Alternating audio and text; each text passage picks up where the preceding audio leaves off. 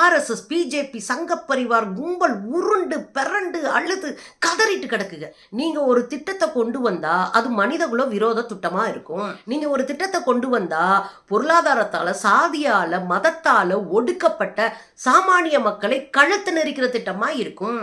இதுல நாங்க பெருமைப்படுறதுக்கு பெருமையை கொண்டு போய் சேர்க்கறதுக்கு என்ன எருமை இருக்கு நான் கேட்கிறேன். பிரதம மந்திரிகள்லயே நம்ம நாடாளுமன்ற பக்கம் தலை வச்சு படுக்காத ஒரு பிரைம் மினிஸ்டர் இருக்காருன்னா அது நம்ம மோடிஜி தான். ஏன்னா உங்க அப்ளிகேஷன்ல நீங்க அப்படித்தானே கேட்குறீங்க. உங்க அப்பன் தொழில் என்ன? அவரு முடி திருத்துவாரு, அப்ப நீ திருத்து. உங்க அப்பா தொழில் என்ன? அவர் செருப்பு தைக்கிறாரு, அப்ப நீயும் செருப்பு தையி. உங்க அப்பா தொழில் என்ன? மண்பாண்டம் செய்யறாரு, அப்ப நீயும் மண்பாண்டம். உங்க அப்ளிகேஷன்ல கேட்குறீங்களே ஜி.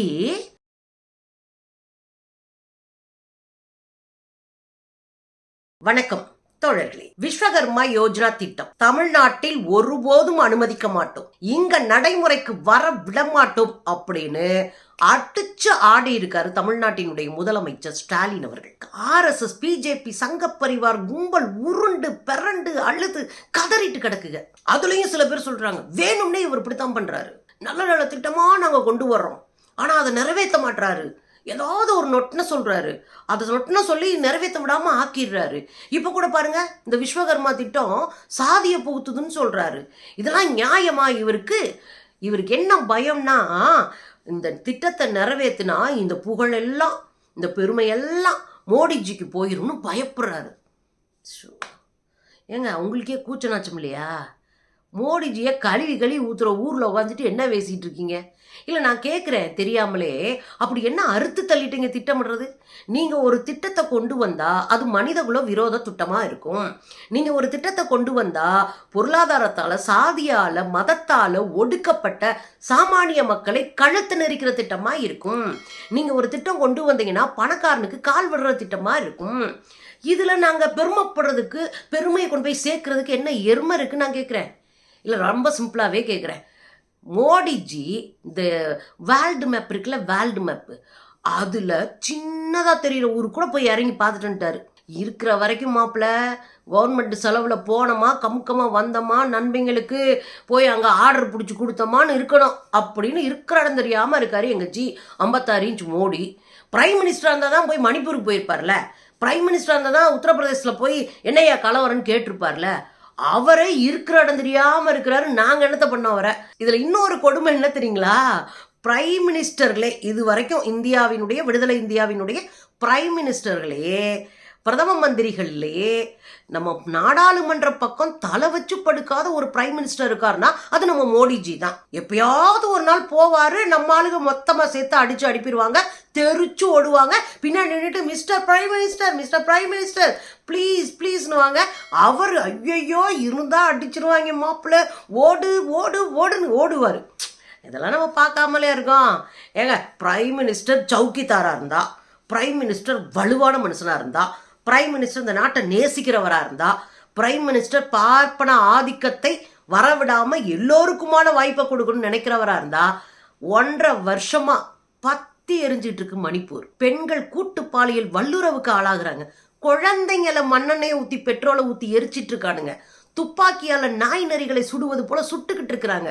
பெண் குழந்தைகளை பெண்களை அம்மனமாக்கி நிர்வாணமாக்கி வீதியில 100க்கும் மேற்பட்ட இளைஞர்கள் அழைச்சிட்டு வராங்க. இதுக்கே கூச்ச நாச்சம் வெக்கப்படாத ஒருத்தர், இதை பற்றி பேச பயப்படுகிற ஒருத்தர், இதை பற்றி பேசுவதற்கு மட்டும் இல்லை அந்த பக்கத்துக்கும் போகாம இருக்கிற ஒருத்தர் இந்த நாட்டின் பிரைம் மினிஸ்டரா இருக்காரு. அவர் கொண்டு வந்த திட்டத்துல அப்படியே பேரு போயிருமா. ஏற்கனவே அம்புட்டும் போய் தான் இருக்காரு. அப்புறம் அங்கே உத்தரப்பிரதேசம் புல்டோசர் ஆட்சி, நேற்று நேரம் 5 சின்ன பசங்களை சுட்டு கொண்டிருக்கு போலீஸு. அங்கே போலீஸ் அராஜகம் தலை தூக்கி இருக்கு. ஒரு நேர்மையான பிரைம் மினிஸ்டராக இருந்தால் என்ன பண்ணியிருக்கணும்? உடனடியாக போய் அங்கே நின்றுக்கணும்ல. அதெல்லாம் செய்ய மாட்டார். ஆனால் இவருக்கு பேர் மட்டும் வந்துடணும். அது என்னங்க சும்மா மாங்காயா பறித்து அப்படி வாயில் போட்டுக்கிறதுக்கு? உழைக்கணுங்க, ராத்திரி பகலும் உழைக்கணும். அது சும்மா இங்கே ஆடக்கூடாது. இதில் என்னென்னா, நாமெல்லாம் ஏற்கனவே சங்கிகளை பார்த்தா காண்டாகி கடுப்பாகி சங்கில மிதிக்கிறவங்க. நம்மக்கிட்ட இப்படிலாம் திட்டணும் வந்து சிக்கினாலே நம்ம ஜூம் பண்ணி பார்க்க ஆரம்பிச்சிருவோம். அதில் அம்புட்டு அவுட் ஆயிரும். அப்புறம் வச்சு செஞ்சு முடிச்சு விட்ருவோம். அதைத்தான் நம்முடைய சமூக நீதி அரசும் செய்யுது, ஸ்டாலினையர் அவர்களுடைய அரசும் அத்தனை செய்யுது. அதுக்கு தான் இந்த கும்பல் கதறுது.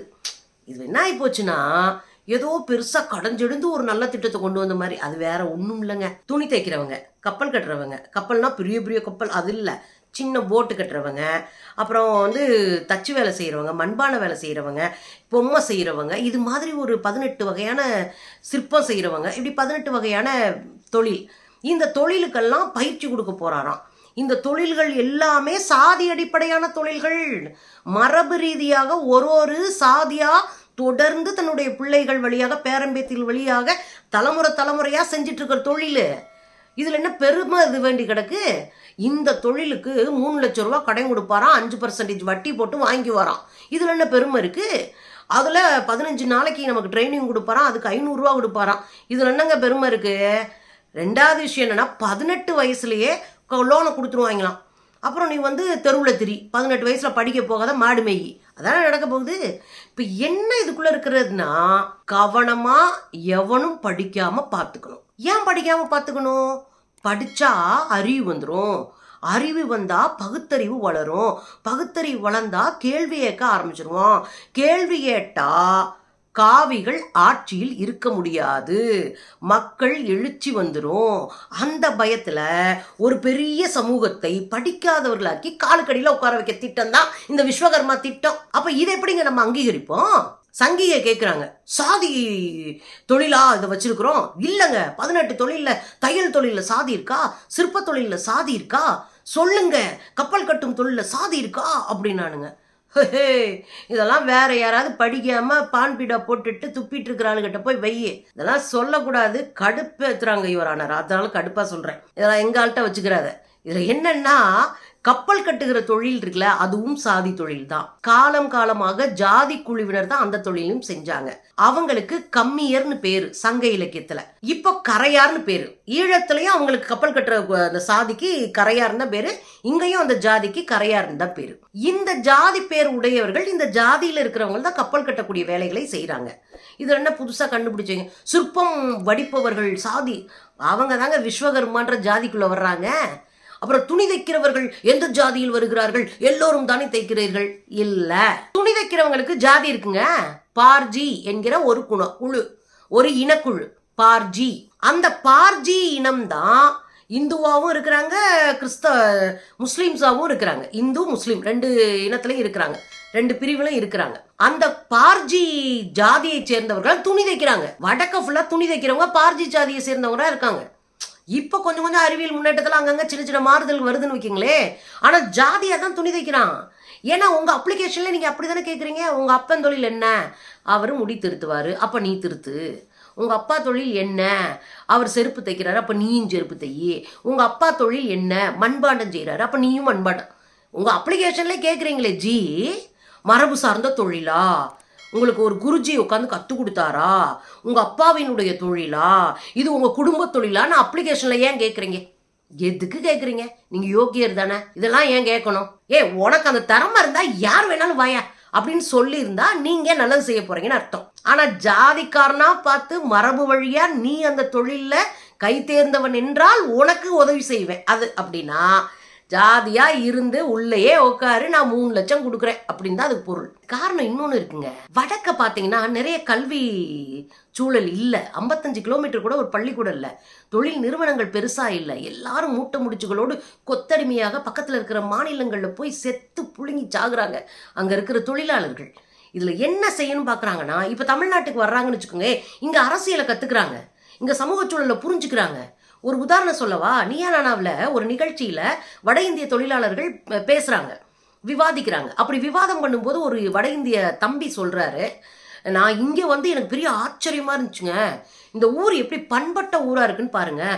பெண்களை வேலைக்கு அனுப்புனா நாங்களாம் அசிங்கம் அவமானம்னு நினைப்போம்.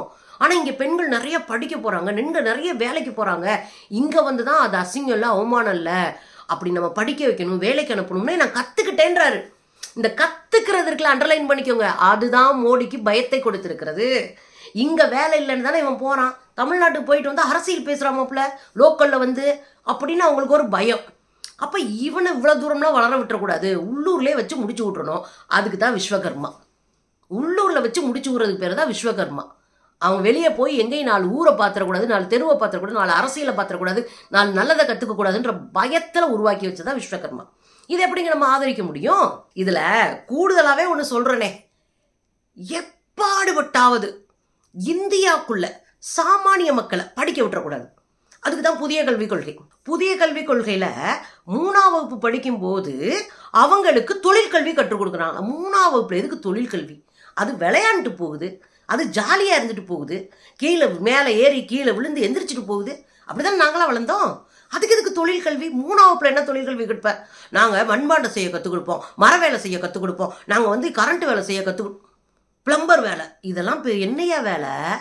இந்த வேலையை நான் குறை சொல்லலைங்க. நம்ம அப்பயாத்தா தான் இந்த வேலையை பார்த்து தலை நரைச்சி போய் கிடக்குறாங்கன்னா என் பிள்ளைய ஏன் அந்த வேலை பார்க்கணும்? என் பிள்ளை கலெக்டர் ஆகிட்டு போகுது, என் பிள்ளை ஐபிஎஸ் ஆகிட்டு போகுது, என் பிள்ளை நீதிபதி ஆகிட்டு போகுது, என் பிள்ளை மந்திரி ஆகிட்டு போகுது.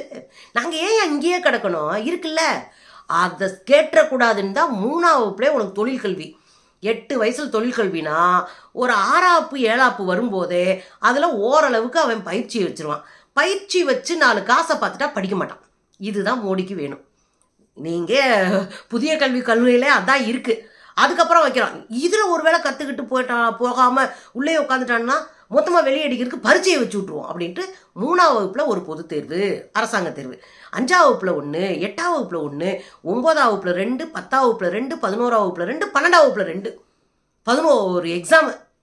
11 எக்ஸாம் அடித்து பிடிச்சி படித்து மேலே போயிட்டான்னா காலேஜ் போனால் தனி எக்ஸாமு. ஆனால் அந்த எக்ஸாமு உள்ளூரில் இல்லை, இந்தியா முழுசு இருக்கிற மொத்த ஆளும் எழுதுவானுங்க. அதில் நீயும் ஒத்தாளாக எழுதணும். அதில் நீ தேர்ச்சி அடைஞ்சாதான் பிஏவே சேர முடியும், பிஎஸ்சி சேர முடியும், பிபிஏ சேர முடியும், பிகாம் சேர முடியும், பிலிட் சேர முடியும். இல்லாட்டினா நீ படிக்க முடியாது, வீட்டில் கடை. புதிய கல்விக் கொள்கை படி உங்களுக்கு ஸ்காலர்ஷிப் கிடையாது, உங்களுக்கு எந்த இடஒதுக்கீடும் கிடையாது, உங்களை படிக்கவே விடாமக்கணும் தாங்க புதிய கல்விக் கொள்கை. கேட்டுக்கு வெளியே நில்லு. அதில் ஒரு வேளை நீ படிச்சு கிடிச்சு வந்துட்டேன்னா 16, 10, 18 வயசில் உங்க கையில் ஒரு 3 லட்சத்தை கொடுத்து மேலும் படிக்காத, உங்கள் அப்பன் தொழில பாரு. இந்த அயோக்கியத்தனத்தை நாங்கள் எதுக்க மாட்டோமா? இது தமிழ்நாடுங்க. குலக்கல்வி அன்னைக்கே எதிர்த்து அடித்து ஓட விட்டவங்க. இதில் நாங்கள் ஓட விட்டது ஒரு பக்கம் இருக்கட்டும், சொந்த கட்சியை சேர்ந்த காமராஜரே தீர்மானத்தை கொண்டு வந்து கதற விட்டாரு ராஜாஜியை. அதான் தமிழ்நாடு. இங்கே காமராஜரில் அந்த காலத்தை தொடங்கி எல்லாரும் சமூக நீதி போராளிகளாக இருந்தனால தான் எங்கள் மண் தலை நிமிர்ந்து நிற்கிது. இங்கே உட்காந்துட்டு சாதி அடிப்படையில் நாங்கள் எல்லா தொழில்களையும் ஒருங்கிணைச்சு எல்லாருக்கும் 3 லட்சம் கொடு, நீ 3000 லட்சம் கொடுத்தாலே எங்களுக்கு வேண்டான்றேன், என் பிள்ளைங்க சாதி அடிப்படையில் படிக்காதுன்றேன் நிற்கிறீங்க. அதைத்தாங்க எங்கள் முதலமைச்சர் சொன்னார். ஏய் நீ கிளம்பு, காத்து வரட்டும், 3 விஷயத்தை மாத்திரையா அப்படின்னாரு. ஒரு குழுவை போட்டார். அந்த குழு ஆய்வு பண்ணுச்சு, 3 பரிந்துரைகளை கொடுத்துச்சு.